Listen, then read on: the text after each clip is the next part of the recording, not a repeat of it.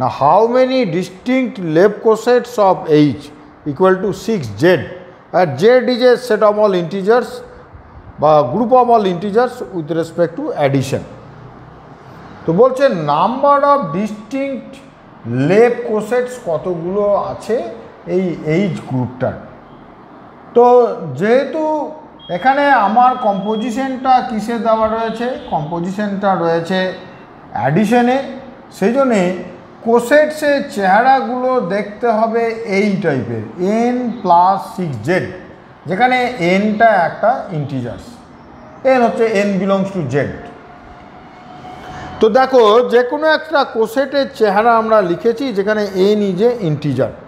তো যে কোনো ইন্টিজার nকে আমরা দেখো লিখতে পারি 6k + r টাইপের। যে কোনো একটা ইন্টিজার n আছে, তাকে যদি আমরা 6 দিয়ে ডিভাইড করি তাহলে একটা কোসেন্ট পাবো, একটা রিমাইন্ডার পাবো। তো এই রিমাইন্ডারের চেহারাটা কেমন হবে না 0 1 2 3 4 5 এই পর্যন্ত আমার রিমাইন্ডার হতে পারে।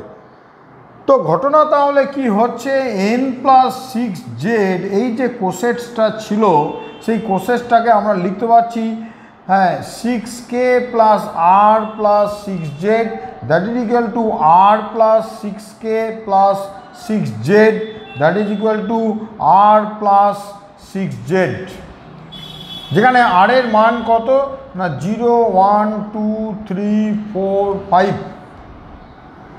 তাহলে আমরা দেখো অলরেডি আমাদের যে প্রশ্নটা ছিল যে how many distinct left cosets of H in z+, অর্থাৎ অ্যাডিটিভ গ্রুপ অফ ইন্টিজার্সে। তো আমরা দেখো distinct left cosets already find করতে পেরে গেছি। আর এর মান যদি 0 বসাই তাহলে হচ্ছে 6z, আর এর মান যদি 1 বসাই 1 + 6z, আর 2 হলে 2 + 6z, similarly 3 + 6z, 4 + 6z and 5 + 6z।